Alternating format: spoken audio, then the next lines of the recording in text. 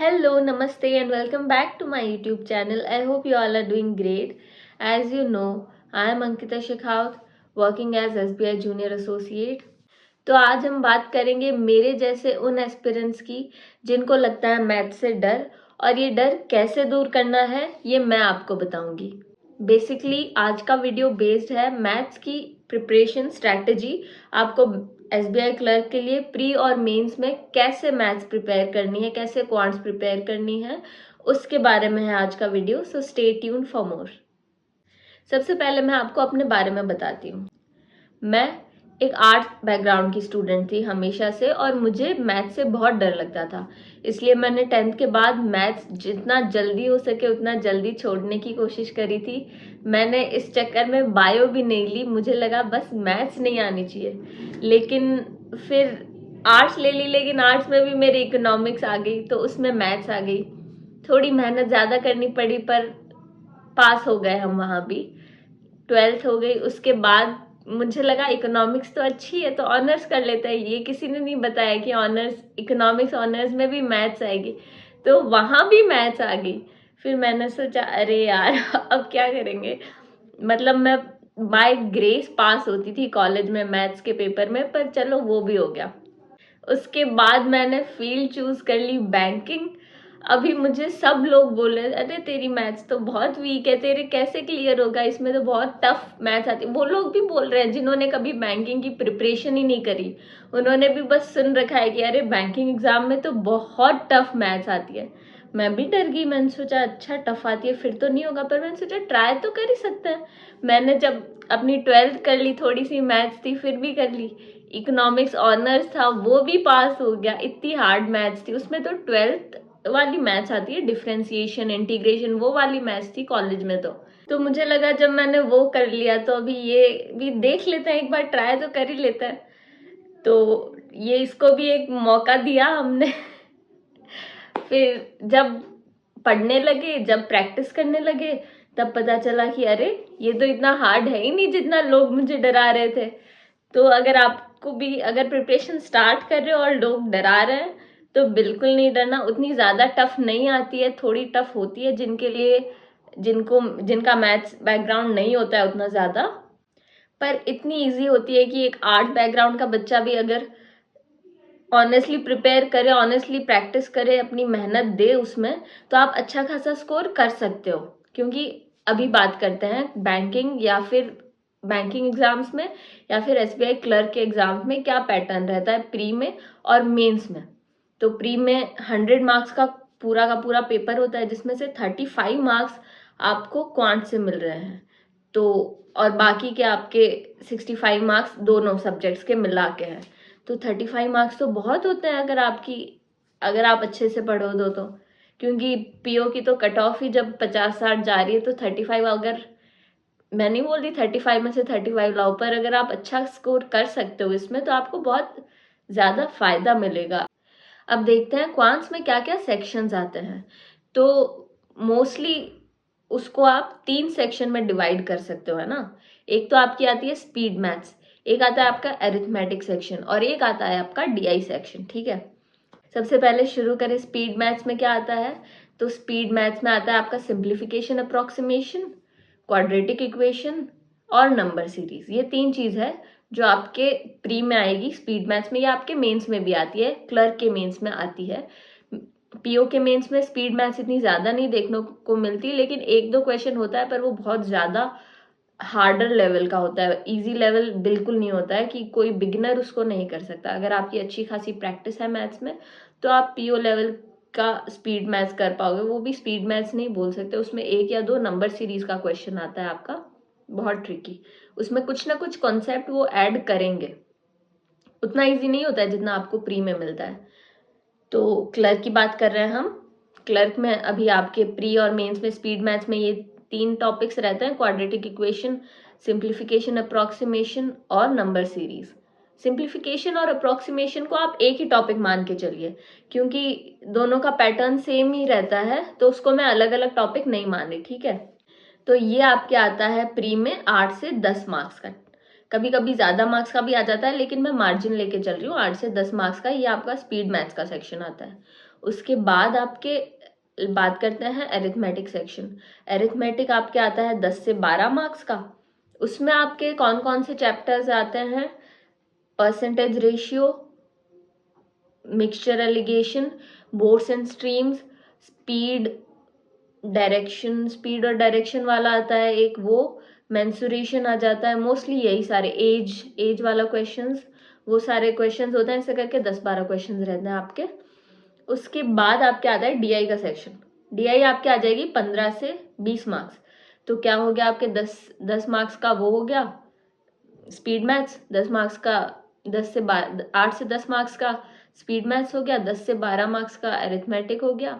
उसके बाद आपके 15 मार्क्स की डीआई आ जाती है। जो सेक्शंस मैंने आपको अभी बताए हैं, प्री में जो 3 सेक्शंस बताए, स्पीड मैथ्स, अरिथमेटिक और डीआई, ये तीनों की तीनों चीज आपकी मेंस में आती है। उसके अलावा ऐड हो जाते हैं आपके डेटा सफिशिएंसी के क्वेश्चंस, क्वांटिटी वाले क्वेश्चंस और अरिथमेटिक की डीआई, अरिथमेटिक्स रिलेटेड डीआई आ जाती है मेंस में। अब जैसे हार्ड लेवल बनाना है पेपर का, लेकिन क्लर्क एग्जाम है तो उतना ज़्यादा अपर लेवल भी नहीं दे सकते, तो इन्हीं चीज़ों को थोड़ा सा मॉडिफाई करके दे देते हैं। अभी डेटा सफिशिएंसी में भी अरिथमेटिक के क्वेश्चंस होते हैं, क्वांटिटी वाले में भी अरिथमेटिक के क्वेश्चंस होते हैं, और उसके अलावा जो अरिथमेटिक की डीआई है वो तो है ही, उसमें भी ज़्यादा आपको ना ट्रिकी क्वेश्चंस नहीं मिलते। अगर आपको अरिथमेटिक वीक है फिर तो आप वो नहीं कर पाओगे, लेकिन अगर जैसे आपको 1-2 टॉपिक तो अच्छे हैं आपके, जैसे इंटरेस्ट वाला टॉपिक अच्छा है आपका, या फिर मिक्सचर एलिगेशन अच्छा है, और उसी टॉपिक में से डीआई आ गई तो आपके तो मज़े हो जाएंगे। मेंस में आपके एक डीआई के मार्क्स वहीं से आ जाएंगे। तो थोड़े बहुत अरिथमेटिक के, अगर आपको बिल्कुल भी नहीं आती तो थोड़े बहुत तो टॉपिक्स फिर भी आपको आने चाहिए। अब मैं बात करती हूँ कि आपको कैसे प्रिपेयर करना चाहिए, क्या स्ट्रैटेजी आपको चूज करनी चाहिए जिससे आप मैथ्स में मैक्सिमम स्कोर कर पाओ। अगर आपकी मैथ्स वीक है तो 2 स्ट्रैटेजी लेके चलेंगे। अगर आपकी अरिथमेटिक वीक है तब आप कैसे अटेम्प्ट कर सकते हो, और अगर आपकी अरिथमेटिक स्ट्रांग है लेकिन दूसरा कोई पोर्शन वीक है, उसकी भी बात करेंगे। ओके, तो देखिए 35 मार्क्स में से सबसे पहले बात करते हैं स्पीड मैथ्स की। अगर आप स्पीड मैथ्स ऐसी चीज़ है सब लोग कर ही लेते हैं। जैसे 10 क्वेश्चन आए उसमें से 8 तो आप कर ही लोगे। अगर जिसकी अरिथमेटिक वीक है वो भी कर लेगा, और जिसकी अरिथमेटिक स्ट्रांग है वो भी कर लेगा। इसमें कोई लैंग्वेज नहीं होती है, और आपको सिर्फ क्वेश्चन सॉल्व करना है, कैलकुलेशन करके सॉल्व करना है, तो जल्दी हो जाता है। उसमें कुछ ट्रिक्स नहीं लगती। कुछ लोग मुझसे पूछते हैं नंबर सीरीज जल्दी करने के लिए ट्रिक्स बताइए, तो उसमें कोई ट्रिक नहीं होता है। ये क्या है, आपकी लॉजिकल क्वेश्चन है नंबर सीरीज। इसको आप जितना ज़्यादा प्रैक्टिस करोगे उतने ज़्यादा आप इसके लॉजिक समझ पाओगे, और उतना आप जल्दी कर पाओगे। यही इसकी ट्रिक है, और कोई ट्रिक काम नहीं करती नंबर सीरीज में। और क्वाड्रेटिक इक्वेशन में आपको सारे रूट्स याद होने चाहिए, या फिर आप जल्दी, आपकी इतनी अच्छी प्रैक्टिस होनी चाहिए कि आप जल्दी, मुझे रूट्स याद नहीं होते थे तो फिर मैं वो जल्दी से रूट्स निकालने की प्रैक्टिस हो गई थी, तो मुझे ज़्यादा टाइम नहीं लगता था। और अगर मुझे ऐसा लग रहा है कि मेरे से ये क्वेश्चन में टाइम लगेगा तो मैं उसको छोड़ देती थी, मैं नेक्स्ट क्वेश्चन अटेम्प्ट करने लग जाती थी, और लास्ट में अगर मेरे पास टाइम बचा तब मैं आती थी उस क्वेश्चन पे और फिर मैं वो सॉल्व करती थी। अब बात करते हैं डीआई की। डीआई, अगर आपकी डीआई स्ट्रांग है तब तो आपके अच्छा है, प्री में भी अच्छा है, मेंस में भी अच्छा है। आपको तीन डीआई आएगी, उसमें से आपको 3 में से अगर 15 क्वेश्चंस है तो कुछ कुछ क्वेश्चंस क्या होता है, आप डीआई तो पूरी सॉल्व कर लोगे लेकिन क्वेश्चंस लेंदी आ जाते हैं। तो आपको अगर ऐसे लगे ना जिस डीआई के क्वेश्चंस बहुत ज़्यादा लेंदी है, तो आप वो ना चेक करना कि उसके सारे क्वेश्चंस लेंदी है या सिर्फ 1-2 क्वेश्चन लेंदी है। अगर 1-2 क्वेश्चन हो तो उनको स्किप करके बाकी 2-3 क्वेश्चन सॉल्व कर सकते हो। आपको ज़रूरी नहीं है अगर आपने डीआई सॉल्व करी है तो आपको उसके पांचों के पांचों क्वेश्चंस करने हैं। आप 1-2 क्वेश्चन स्किप भी कर सकते हो। और एक और चीज़, कुछ लोग क्या करते हैं, पहले पूरी डीआई सॉल्व करते हैं फिर एक एक एक करके क्वेश्चन उसके आंसर करता है, जबकि फिर क्वेश्चन अलग से सॉल्व करने पड़ते हैं, क्योंकि पजल तो एक बार सॉल्व हो गई उसके बाद बस आंसर निकालना पड़ता है। लेकिन डीआई वैसी नहीं होती है।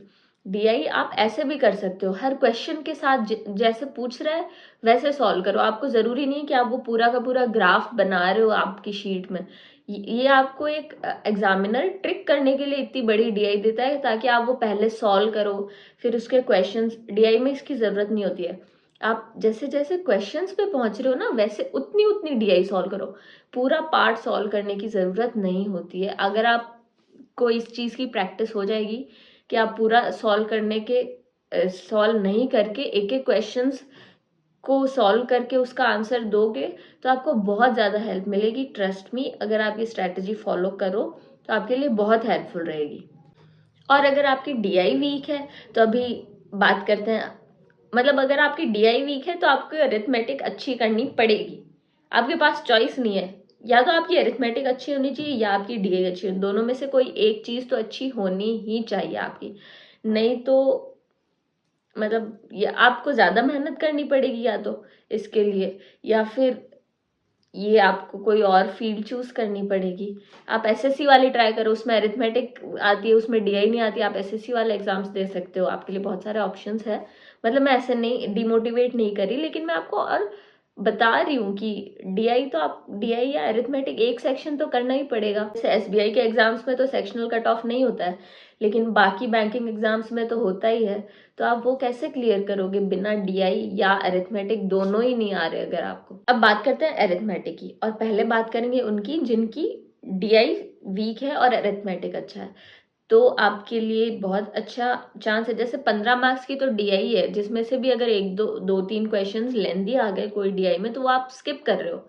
और अगर इसके अलावा अगर आपकी अरिथमेटिक अच्छी है तो आप वो 12 मार्क्स आप अरिथमेटिक से ले रहे हो, तो आपका लॉस तो कहीं पर भी नहीं है ना। आपको तो फायदा ही है, चाहे डीआई करो या अरिथमेटिक करो। आप तो दोनों में से किधर भी करोगे, मार्क्स तो इक्वली आना है, तो आपके लिए कोई रिग्रेट वाली बात नहीं है। और मेंस में भी डीआई आती है अरिथमेटिक की, तो आपको वहां हेल्प मिल जाएगी। और अरिथमेटिक के तो बहुत सारे क्वेश्चंस आते हैं मेंस में, तो जिनकी अरिथमेटिक स्ट्रांग है उनके पास एक स्ट्रॉन्गर पॉइंट रहता है थ्रू आउट दी एग्जाम, ये मैं मान के चलती हूँ। इसलिए मुझे लगता था कि मुझे ज़्यादा मेहनत करने की ज़रूरत। जिनकी अरिथमेटिक वीक है ना, आप लोग ये मान के चलो, आपको बाकी लोगों से ज़्यादा मेहनत करनी पड़ेगी। आप अगर वो लोग अपना 60 दे रहे हैं, 70% दे रहे हैं एग्जाम में, तो आपको आपका 100% देना पड़ेगा। अगर वो लोग 100% दे रहे हैं तो आपको 120% देना पड़ेगा, क्योंकि बिना अरिथमेटिक के एग्जाम क्रैक करना बहुत टफ है, बहुत ज़्यादा टफ। इसके लिए आपको डबल मेहनत करनी ही पड़ेगी। इसके अलावा कोई चॉइस नहीं है आपके पास। अभी बात करें जिनकी डीआई स्ट्रांग है और अरिथमेटिक वीक, वो प्री में ऑफ कोर्स अरिथमेटिक के क्वेश्चन स्किप कर सकते हैं, क्योंकि बिना अरिथमेटिक के भी आप 20 मार्क्स तक स्कोर कर लोगे, which is quite a decent score for prelims. और मेंस में भी ऐसा है कि अगर आपकी डीआई बहुत ही अच्छी है तो आप मेंस में भी अच्छा कर लोगे, क्योंकि डीआई तो मेंस में भी आएगी। और सारी अरिथमेटिक की डीआई नहीं आती, बिना अरिथमेटिक की डीआई भी आती है, तो आपको वहां पर भी बहुत ज़्यादा हेल्प मिलेगी। लेकिन ऐसा है कि अगर आपको अरिथमेटिक नहीं आती ना, तो आपको डीआई में अपने आप को बहुत ज़्यादा स्ट्रांग करना पड़ेगा। ऐसा आप चांस नहीं ले सकते कि मुझे ये डीआई तो आती है, लेकिन एक आपको ना बस एक ही टाइप की डीआई में स्ट्रांग हो। जैसे सिर्फ आपको ग्राफिकल डीआई आती है, बाकी ना तो आपको बार ग्राफ आता है, ना आपको पाई चार्ट वाली आती है, और अगर थोड़ी लेंदी आ जाए तो आप नहीं कर पाओ। ऐसा आपको नहीं बना, आपको हर टाइप की डीआई करनी पड़ेगी। कैसलेट का मैं नहीं बोल रही, क्योंकि वो थोड़ी सी उसमें लैंग्वेज आ जाती है, थोड़ी कंफ्यूजिंग होती है। तो जो चीज़ मुझसे नहीं हो सकती वो मैं आप लोगों को कैसे सजेस्ट करूं। इसलिए कैसलेट तो होती टफ है, जिनके अरिथमेटिक वीक है उनसे बहुत मुश्किल से होती है कैसलेट। और जो लोग एक बार क्रैक कर लेना, फिर उनसे हर टाइप की कैसलेट हो जाती है, ये तो फैक्ट है। तो देखिए, ये था, मैंने अपने आप को भी आप लोगों के सामने रखा है कि क्या मेरा बैकग्राउंड था, किस बैकग्राउंड से मैं आई थी, और फिर मैंने ये एग्ज़ाम्स क्रैक किए हैं। और आप लोग भी होंगे, बहुत सारे लोग मेरे जैसे जो इसी बैकग्राउंड से होंगे, जिनका आर्ट्स बैकग्राउंड था, और अब उनको बहुत सारे लोग डिमोटिवेट कर रहे होंगे कि बहुत हार्ड मैथ्स आती है बैंक में। तो और उसकी वजह से क्या होता है, आपका माइंडसेट भी वैसा बन जाता है, और आप जब क्वेश्चन सॉल्व करने लगते हो ना, तब आपको लगता है कि हाँ बहुत टफ है, बहुत टफ है। प्रैक्टिस शुरू करने से पहले ही आप ऐसा माइंडसेट हो जाता है कि यार है तो टफ, दिखने में टफ लग रहा है। आप सॉल्व तो करो, बहुत इजी क्वेश्चंस होते हैं, ट्रस्ट मी। सिंप्लीफिकेशन अप्रोक्सीमेशन तो मतलब मेरे जैसे स्टूडेंट से भी 5-6 सेकंड में एक क्वेश्चन हो जाता था।